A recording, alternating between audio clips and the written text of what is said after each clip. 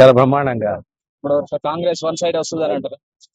కాంగ్రెస్ గెలుస్తున్నది. ఆయన గెలుస్తున్నది కంప్లీట్ గా మేము కాన్ఫిడెంట్ ఉండకూడదు. ప్రతి ఒక్క కాంగ్రెస్ వర్కర్, ఉప నాయకుడు, అగ్ర నాయకులు అందరం కలిసికట్టుగా కలెక్టివ్ రెస్పాన్సిబిలిటీతో పనిచేయాలి, పనిచేస్తుంది. కేటీఆర్ ఏమో డిఫరెంట్ లీడ్ తోటి రౌడీ రౌడీ అని చెప్పేసి నినాదాన్ని మీరు తీసుకుపోయారు. ప్రతిసారి అంటే వాస్తవానికి నవీన్ యాదవ్ అనే వ్యక్తి మీద ఎలాంటి రౌడీ షీట్ ఓపెన్ చేయడం కానీ అటువంటి కానీ ఏం లేవు కదా.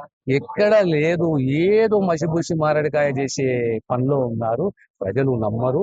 మా క్యాండిడేట్ ఒక మంచి బలమైన candidate, BC candidate, Yadav community candidate, మంచి ఫాలోయింగ్ ఉన్నది, క్యాడర్ ఉన్నది, కార్యకర్త ప్రజాసేవలో ఉన్నాడు. కాంగ్రెస్ పార్టీ పైన పోటీ చేస్తున్నాడు. మాకు పూర్తిగా విశ్వాసం ఉన్నది. క్యాడర్ పైన, క్యాండిడేట్ పైన, ప్రజల పైన మేము గెలుస్తున్నాం.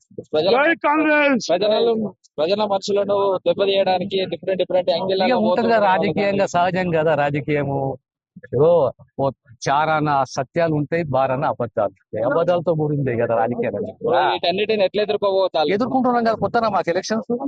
మాకంటే ఎలక్షన్స్ కొత్తనా మాకు? ఉప ఎన్నికలే గాని ప్రజలే గాని ఓటు అడగడమే గాని కమిట్మెంటే గాని సిద్ధాంతం గాని కొత్తనా మాకు? ఖచ్చితంగా నవీన్ యాదవ్ గెలుస్తారు. 100% గెలుస్తుంది. ఎన్ని ఓట్ల మెజారిటీ